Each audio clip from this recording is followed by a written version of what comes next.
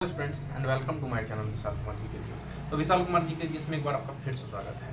जैसा कि हम प्रत्येक दिन जानकारी आपके पास लेकर एक नई जानकारी लेकर आते रहते हैं और आज हम फिर एक नई जानकारी के साथ आपके बीच आए हैं। देखिए, आज का जो टॉपिक होगा वो ज्योग्राफी से होगा। हम प्रत्येक दिन आपके पास जो जानकारी लेकर आते हैं वो SSC, railway, MTS, BSSC, BPSC, यहाँ तक यूपीएससी जैसे टफेस्ट एग्जाम में उस प्रश्न को एक बार नहीं, दो बार नहीं, बार बार दोहराया जाता है। तो चलिए आज हम चलते हैं अपने लक्ष्य की ओर, बिना देर किए, बिना समय गवाए अपने लक्ष्य की ओर। आज ज्योग्राफी का टॉपिक लेकर मैं आपके बीच आया हूँ। तो बहुत बहुत स्वागत है आपका हमारे ज्योग्राफी के क्लास में। मेरे प्यारे साथियों जो कंपटीशन की तैयारी कर रहे हैं उनके लिए ये प्रश्न है।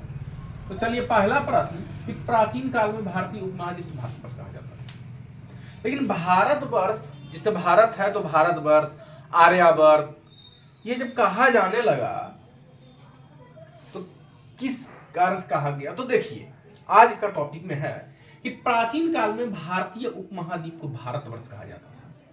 कब कहा जाता था? तो प्राचीन काल में भारतीय उपमहाद्वीप को भारतवर्ष कहा जाता था। क्या कहा जाता था? तो भारतवर्ष। चलिए, दूसरा है भारत का उत्तरी बिंदु इंदिरा कोल एवं दक्षिणी बिंदु इंदिरा पॉइंट है। प्रश्न आप लोगों से पूछ दिया जाए कि भारत का उत्तरी बिंदु एवं दक्षिणी बिंदु, उत्तरी बिंदु और दक्षिणी बिंदु जो है, तो उत्तरी बिंदु किसे कहा जाता है? तो इंदिरा कॉल, और दक्षिणी बिंदु इंदिरा पॉइंट को कहा जाता है। यानी भारत का उत्तरी बिंदु इंदिरा कॉल एवं दक्षिणी बिंदु इंदिरा पॉइंट कहलाता है। चलिए, तीसरा प्रश्न है आर्यों का निवास होने के कारण इसे आर्यावर्त कहा जाने लगा। अच्छा, भारत का जो नाम है भारतवर्ष से आर्यावर्त, आर्यावर्त क्यों कहा जाने लगा? आर्यावर्त भारत को किस लिए कहा गया? तो आर्यों का निवास के कारण। किसके कारण? आर्यों का निवास था, जिसमें आर्य लोग निवास करते थे, इसीलिए उसे आर्यों का निवास होने के कारण इसे आर्यावर्त कहा जाने लगा। चलिए, अब अगर पूछ दिया जाए आप लोगों से कि भारत में वर्तमान में कितने केंद्र शासित प्रदेश हैं? भारत जो हमारा देश है उसमें केंद्र शासित प्रदेश कितने हैं? तो भारत में वर्तमान में 8 केंद्र शासित प्रदेश हैं। कितने हैं? 8। भारत में वर्तमान में 8 केंद्र शासित प्रदेश हैं।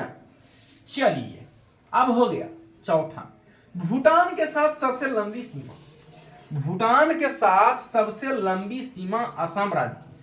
अगर आप लोग से पूछ दिया जाए कि भूटान के साथ सबसे लंबी सीमा किस राज्य की है, तो किस राज्य की है? तो असम की है। चलिए, अब है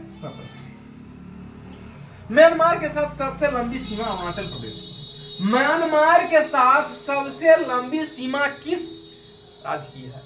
तो वह है अरुणाचल प्रदेश की है। किसकी है? अरुणाचल प्रदेश की है।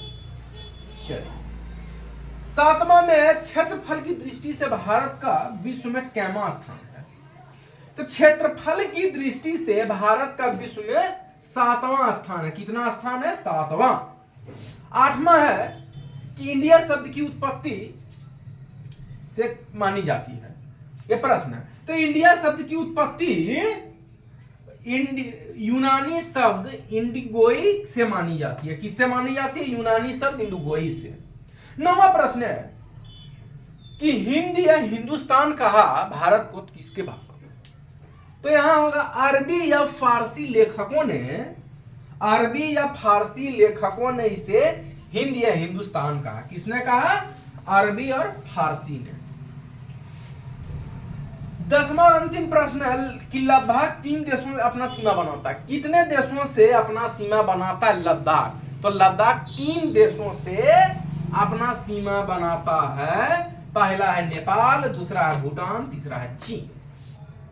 लद्दाख 3 देशों से अपना सीमा बनाता है। तो आज का जो ये टॉपिक था वो ज्योग्राफी से था। ज्योग्राफी, हिस्ट्री, ये जो प्रश्न मैं आपको बताता हूं ये है खास करके प्रतियोगिता परीक्षा में जो भी सिविल सर्विसेज की तैयारी कर रहे हैं, बीपीएससी, यूपीएससी, एसएससी, रेलवे, तो उसका ये जो बता रहा हूं मैं, उसमें आधा से अधिक इसी से प्रश्न उठता है। हो गया पॉलिटिकल ले लीजिए, आप जाके हिस्ट्री ले लीजिए, ज्योग्राफी ले लीजिए, उसी से सारा प्रश्न को कवर किया गया।